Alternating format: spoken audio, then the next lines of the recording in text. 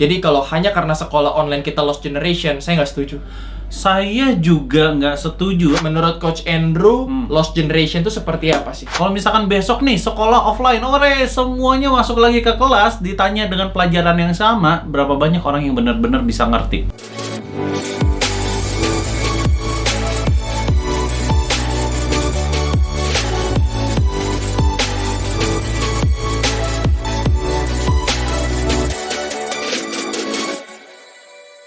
Hello Ideal Parents, welcome back bersama saya Michael Yo. Dan saya Coach Andrew Peterson. So, hari ini kita akan membahas satu tema yang menarik. Kemarin dari Menteri Pendidikan membahas mengenai satu topik, yaitu lost generation. Menurut Coach Andrew, sekarang ini karena sekolah online kita mengalami lost generation. So, buat teman-teman yang pengen tahu seperti apa pendapat kami berdua, apakah benar atau salah mengenai lost generation, simak terus video YouTube Ideal Parents hingga akhir nanti. Alright, Coach Andrew. Yes. Kita siap berikan yang terbaik.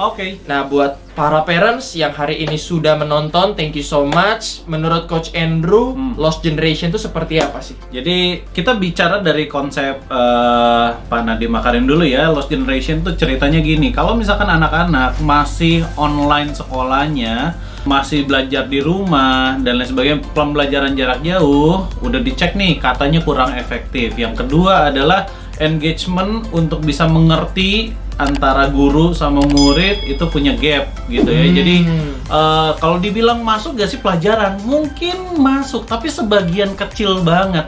Kita aja yang udah ada di sekolah kadang-kadang nggak nangkep, apalagi yang ada di rumah. Dan kemudian hal yang menarik adalah guru juga nggak bisa nangkep ekspresi wajah yang ngerti dan yang nggak ngerti gitu lah ya. Nah, kalau misalkan di kelas kan itu bisa dilakukan semuanya. Benar. Gitu. Oke, sekarang pertanyaan yang mungkin hari ini saya pengen jawab juga mengenai lost generation. Oke, saya sangat bilang bahwa generasi emas itu bukan hanya dilahirkan dari sekolah. Betul. Tapi dilahirkan dari rumah. Benar. Jadi kalau hanya karena sekolah online kita lost generation, saya nggak setuju. Saya juga nggak setuju. Ada beberapa pemahaman karena begini. Kita bedain antara pendidikan yang akademik sama pendidikan karakter yang ada di rumah. Gitu lah ya.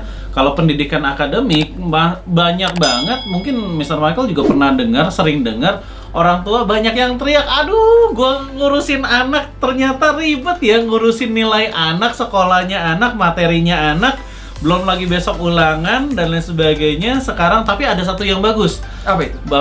Ibu-ibu di rumah jadi bisa menghargai guru lebih baik.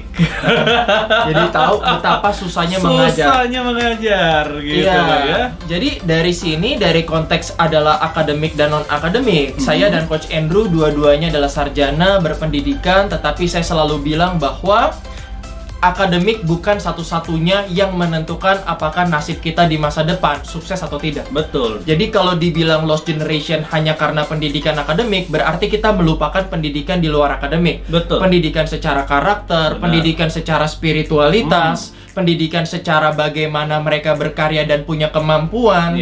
Ya kan? Begitu banyak yang bisa dilakukan sama anak kita, fasilitas yang bisa digunakan biarpun sekarang ini sedang pandemi, begitu banyak yang orang tua bisa lakukan buat anak. Dan terutama kalau kita lihat, ini mungkin dari kacamata saya ataupun Coach Andrew, bahwa pendidikan di Indonesia memang bukan secara langsung bahwa itu meningkatkan kemampuan.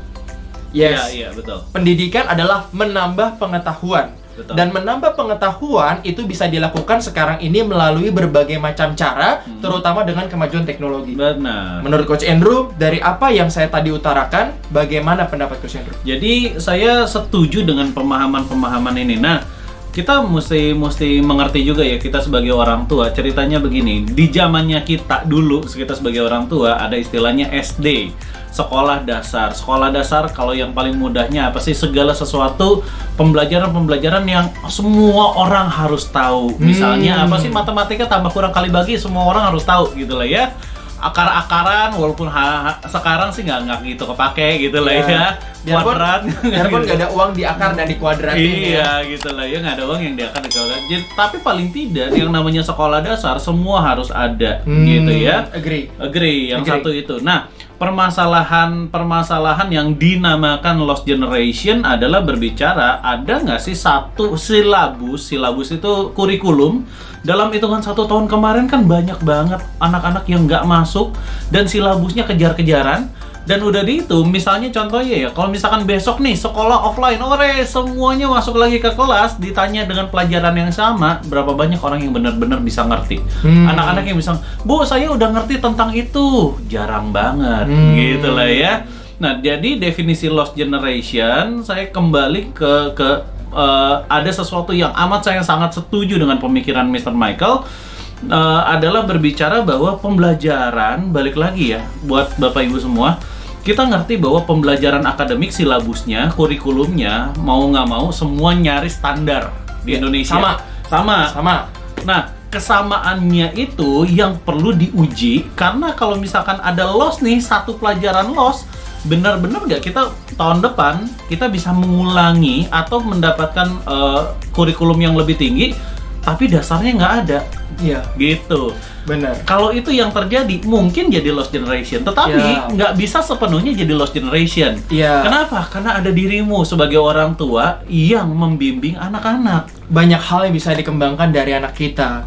Nggak hanya secara akademik. Betul. Gitu ya. Waktu dulu sekolah offline dari jam 7 sampai jam sore-sore. Jam 3, jam 4. Dan itu pulang buat PR lagi, ada les lagi, sehingga mereka nggak punya waktu buat kehidupannya mereka. Benar. Sekarang kalau kita sebagai orang tua bisa melakukan peran kita dengan maksimal, berapa banyak kemampuan yang anak kita bisa miliki? Yes. Berapa banyak kedekatan yang kita bisa dekatkan diri kita dengan anak?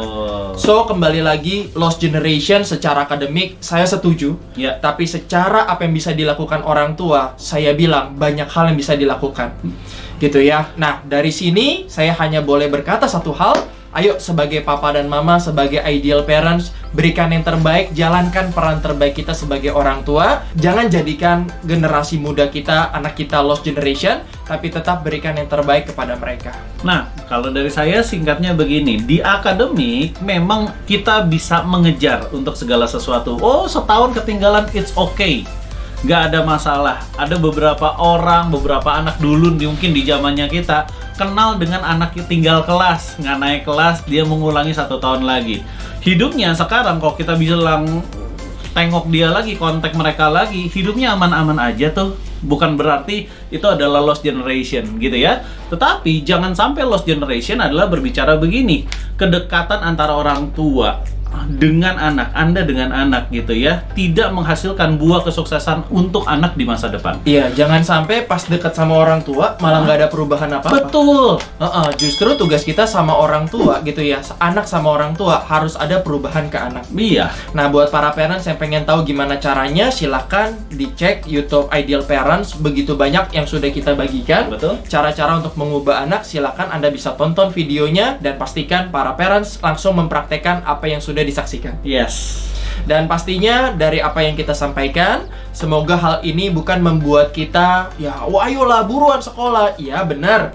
Kalau protokol kesehatan sudah diikuti. Benar. Apa kalau nanti masuk ke sekolah mohon maaf semuanya terkena COVID, ya kan bukan itu malah jadi malapetaka. Iya. Ya kan, jadi ya tetap harus berhati-hati. Bukan artinya kita bilang lost generation, ya sudah nggak apa-apa, kita masukin semua ke sekolah.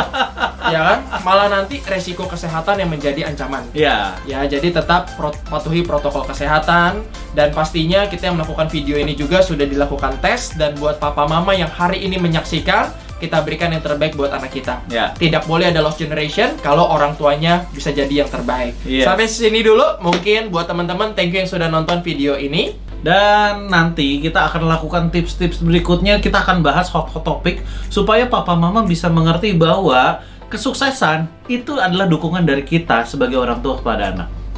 Thank you buat para parents yang sudah menyaksikan video ini. Semoga bermanfaat. Jangan lupa di like, comment, and subscribe. Dan untuk para parents yang pastinya ingin mendapatkan tips-tips parenting lainnya, jangan lupa follow Instagram kami di @idealparents. Dan untuk para parents yang ingin mendapatkan informasi acara selanjutnya, silakan boleh klik www.remajasukses.com. Sampai bertemu di video selanjutnya. Salam Ideal Parents.